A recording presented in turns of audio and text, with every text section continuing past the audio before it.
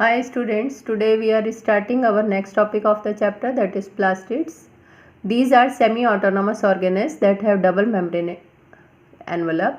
Plastids have their own genetic material, that is DNA, and due to their large size they are seen under microscope.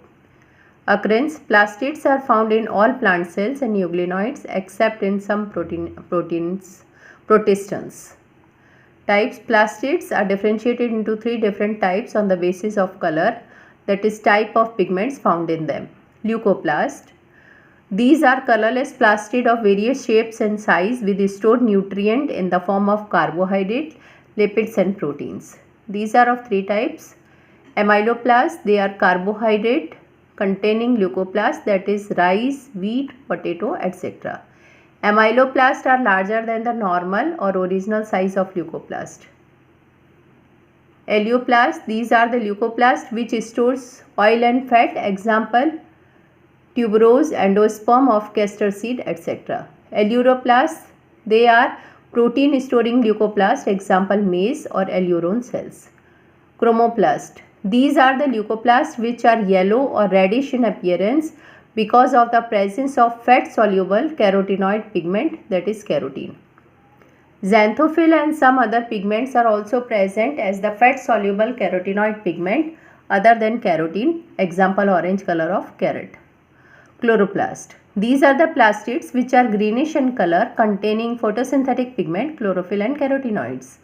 These pigments are responsible for trapping the light energy essential for the photosynthesis, that is the synthesis of organic food from inorganic raw materials in the presence of sunlight.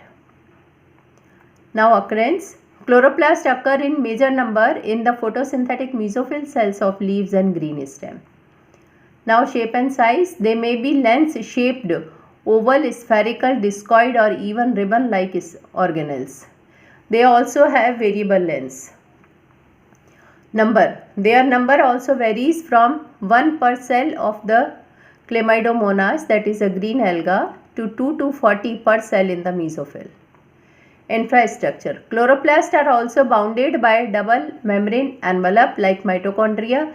The two membranes are smooth and thick of about 90 to 100 Armstrong. The inner membrane of chloroplast is less permeable than the other one, and the inner membrane is grounded by a space known as stroma or matrix, a dense, colorless and a granular substance mainly formed of soluble protein. It also contains enzymes which are essential for the synthesis of carbohydrate, lipids and proteins. Now this is the structure of chloroplast: outer membrane, inner membrane. You can see these are the granum, thylakoid and place between two granum, that is stroma lamellae. This is stroma. Thylakoids are number of membranous structure which are flattened and that run throughout the matrix or stroma.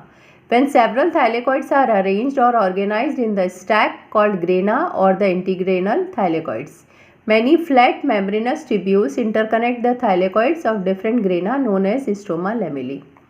Function: chloroplast possesses the following function: help in photosynthesis, that is formation of organic compound, consumption of carbon dioxide and release of oxygen for photosynthesis, may also change into chromoplast in order to provide color to many flower or fruits, help in storing fat and lipids.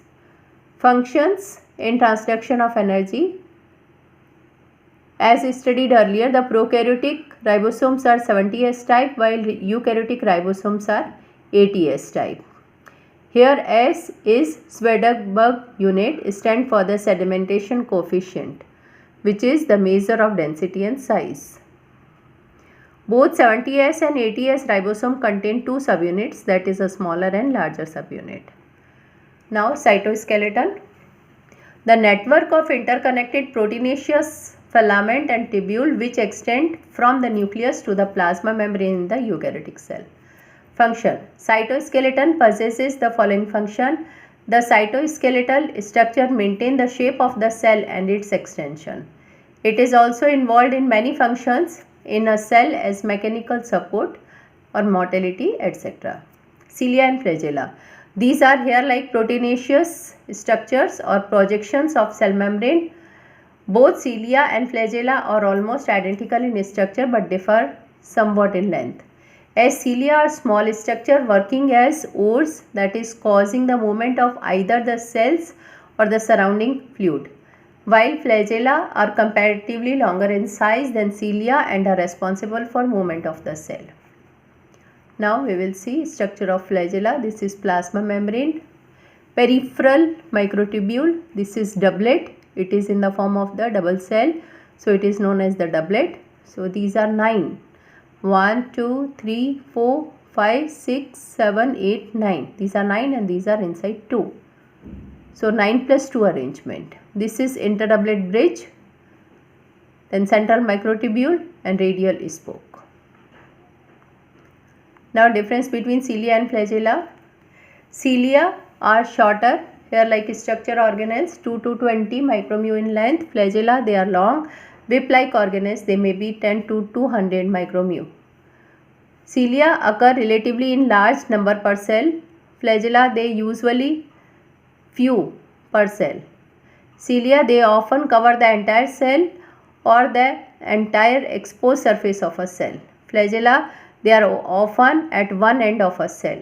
Cilia, they show sweeping or rowing motion, and flagella, they show undulatory motion.